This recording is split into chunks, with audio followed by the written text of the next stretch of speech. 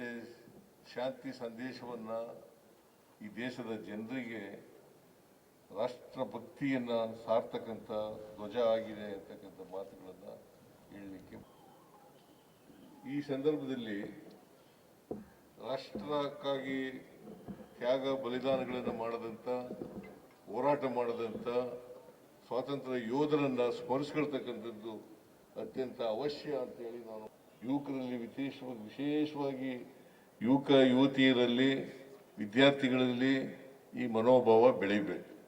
ದೇಶ ಪ್ರೇಮವನ್ನು ಬೆಳೆಸ್ಕೊಳ್ತಕ್ಕಂಥದ್ದು ಅತ್ಯಂತ ಅವಶ್ಯ. ಅದಕ್ಕೋಸ್ಕರ ಹೋರಾಟದಲ್ಲಿ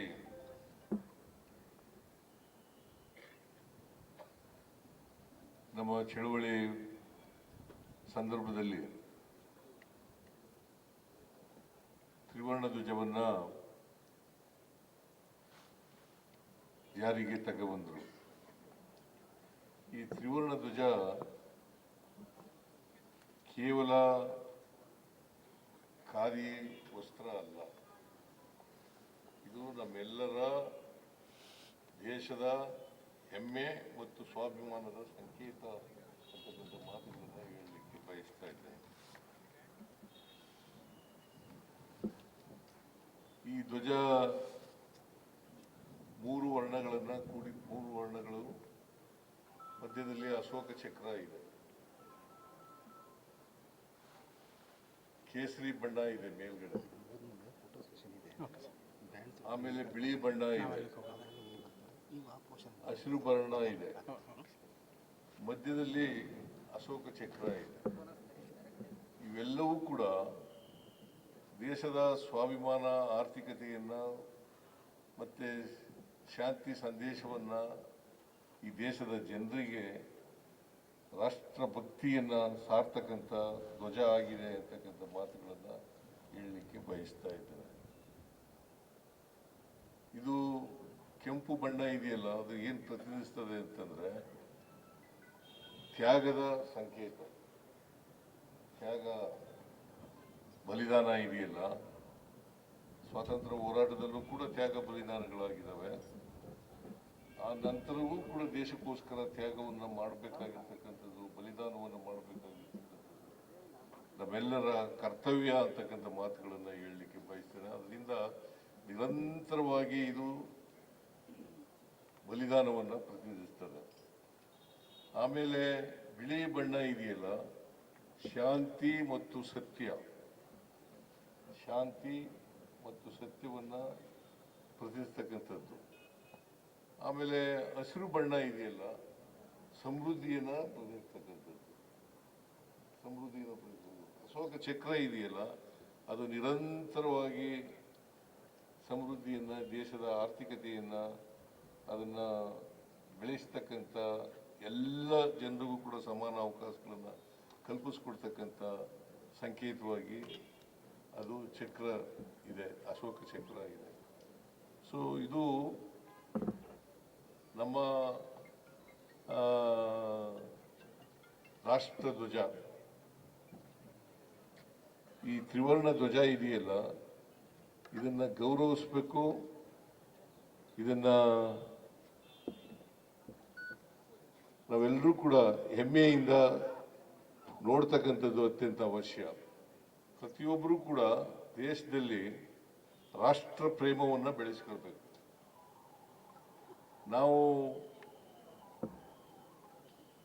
ಈ ಸಂದರ್ಭದಲ್ಲಿ ರಾಷ್ಟ್ರಕ್ಕಾಗಿ ತ್ಯಾಗ ಬಲಿದಾನಗಳನ್ನು ಮಾಡದಂಥ, ಹೋರಾಟ ಮಾಡದಂಥ ಸ್ವಾತಂತ್ರ್ಯ ಯೋಧರನ್ನು ಸ್ಮರಿಸ್ಕೊಳ್ತಕ್ಕಂಥದ್ದು ಅತ್ಯಂತ ಅವಶ್ಯ ಅಂತೇಳಿ ನಾನು ಭಾವಿಸ್ಕೊಂಡಿದ್ದೆ.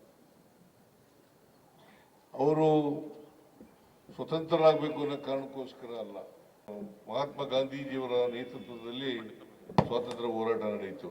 ಕಳೆದ ವರ್ಷ 100 ವರ್ಷ ಬೆಳಗಾಂನಲ್ಲಿ ಅಧಿವೇಶನ ನಡೆದಿತ್ತಲ್ಲ, ಕಾಂಗ್ರೆಸ್ನ ಅಧಿವೇಶನ, ಅದರ ಅಧ್ಯಕ್ಷತೆಯನ್ನು ವಹಿಸಿ 100 ವರ್ಷ ಆಯಿತು. ಆ ಸಂದರ್ಭದಲ್ಲಿ ನಾವು ಮಹಾತ್ಮ ಗಾಂಧೀಜಿಯವರ ಪ್ರತಿಮೆ ಇಲ್ಲೇ ಸುವರ್ಣ ವಿಧಾನಸೌಧದ ಪಕ್ಕದಲ್ಲಿ ಪ್ರತಿಮೆಯನ್ನು ಮಾಡಿದ್ದೇವೆ, ಅದರ ಸಾಂಕೇತಿಕವಾಗಿ. ಸೊ ನಾವೆಲ್ಲರೂ ಕೂಡ ಇವತ್ತು ದೇಶ ಪ್ರೇಮಿಗಳಾಗಬೇಕು. ನಮ್ಮ ದೇಶದಲ್ಲಿ ಅನೇಕ ಜಾತಿಗಳಿದ್ದಾವೆ, ಅನೇಕ ಧರ್ಮಗಳಿದ್ದಾವೆ. ನಾವೆಲ್ಲರೂ ಕೂಡ ಜಾತ್ಯತೀತ ಆಗ್ತಕ್ಕಂಥದ್ದು ಅತ್ಯಂತ ಅವಶ್ಯ. ಮನುಷ್ಯನನ್ನು ಪ್ರೀತಿಸಬೇಕ ಹೊರತು ಯಾವುದೇ ಕಾರಣಕ್ಕೆ ದ್ವೇಷಿಸಬಾರದು.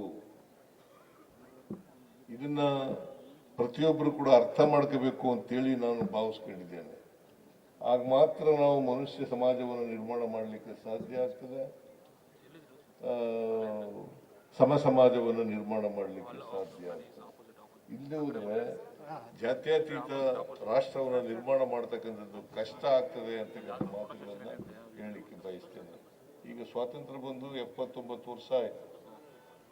ಈ 79 ವರ್ಷದಲ್ಲಿ ನಾವು ಒಮ್ಮೆ ನಮ್ಮ ಆತ್ಮಾವಲೋಕನ ಮಾಡ್ಕೊಳ್ತಕ್ಕಂಥದ್ದು ಅತ್ಯಂತ ಅವಶ್ಯ. ನಾವು ಎಷ್ಟರ ಮಟ್ಟಿಗೆ ನಾವು ಭ್ರಾತೃತ್ವವನ್ನು ಈ ದೇಶದಲ್ಲಿ ಸಾಧಿಸಿದ್ದೇವೆ. ಈ ದೇಶ ಮನುಷ್ಯ ಸಮಾಜವನ್ನು ಸ್ಥಾಪನೆ ಮಾಡ್ತಕ್ಕಂಥ ಪ್ರಯತ್ನವನ್ನು ಮಾಡಿದ್ದೇವೆ. ಎಷ್ಟರ ಮಟ್ಟಿಗೆ ನಾವು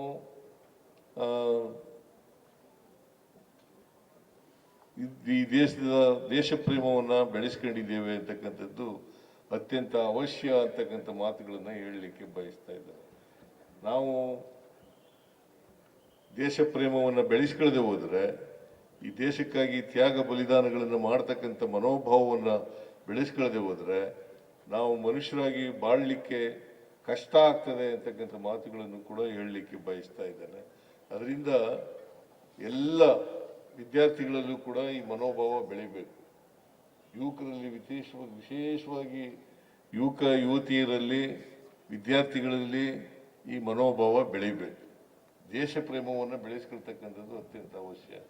ಅದಕ್ಕೋಸ್ಕರ ಬಾಬಾ ಸಾಹೇಬ್ ಅಂಬೇಡ್ಕರ್ ಅವರು ಕೊಟ್ಟಿರ್ತಕ್ಕಂಥ ಸಂವಿಧಾನ, ಮಹದೇವಪ್ಪನವರ ನೇತೃತ್ವದಲ್ಲಿ ಎಲ್ಲ ಶಾಲಾ ಕಾಲೇಜುಗಳಲ್ಲಿ ಸಂವಿಧಾನದ ಪೀಠಿಕೆಯನ್ನು ಓದಿಸ್ತಕ್ಕಂಥ ಕೆಲಸವನ್ನು ಮಾಡ್ತಾ ಇದ್ದೀವಿ. ಯಾಕಂತಂದ್ರೆ ನಮ್ಮ ರಾಷ್ಟ್ರಧ್ವಜ ಗೊತ್ತಾಗಬೇಕು, ಪ್ರತಿಯೊಬ್ಬರಿಗೂ ಕೂಡ ಸಂವಿಧಾನ ಗೊತ್ತಾಗಬೇಕು, ರಾಷ್ಟ್ರಧ್ವಜದ ಮಹತ್ವ ಗೊತ್ತಾಗಬೇಕು. ಅದಕ್ಕೋಸ್ಕರ ಇಂಥ ಒಂದು ಐತಿಹಾಸಿಕವಾದಂಥ ಕಾರ್ಯಕ್ರಮವನ್ನು ನಮ್ಮ ಖಾದರ್ ಅವರು ಮಾಡಿದ್ದಾರೆ. ಅವರಿಗೆ ಮತ್ತೊಮ್ಮೆ ನಾನು ಧನ್ಯವಾದಗಳನ್ನು ಹೇಳಲಿಕ್ಕೆ ಬಯಸ್ತಾ ಇದ್ದೇನೆ. ಮತ್ತೆ ವಿನೋದ್ ಕುಮಾರ್ ರೇವಪ್ಪ ಅವರು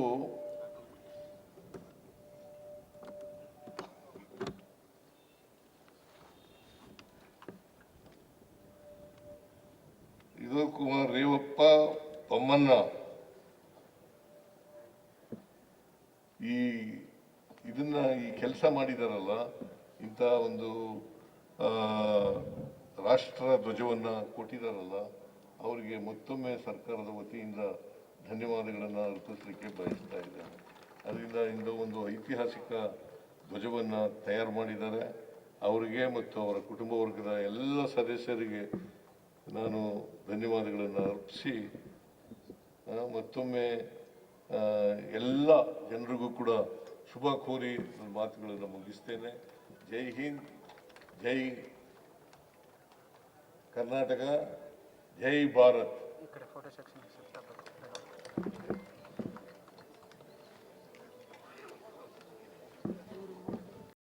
ಹೆಚ್ಚಿನ ವಿಡಿಯೋಗಳಿಗೆ ಪ್ರತಿಧ್ವನಿ ಯೂಟ್ಯೂಬ್ ಚಾನೆಲ್ ಸಬ್ಸ್ಕ್ರೈಬ್ ಮಾಡಿ, ಬೆಲ್ ಐಕಾನ್ ಕ್ಲಿಕ್ ಮಾಡಿ.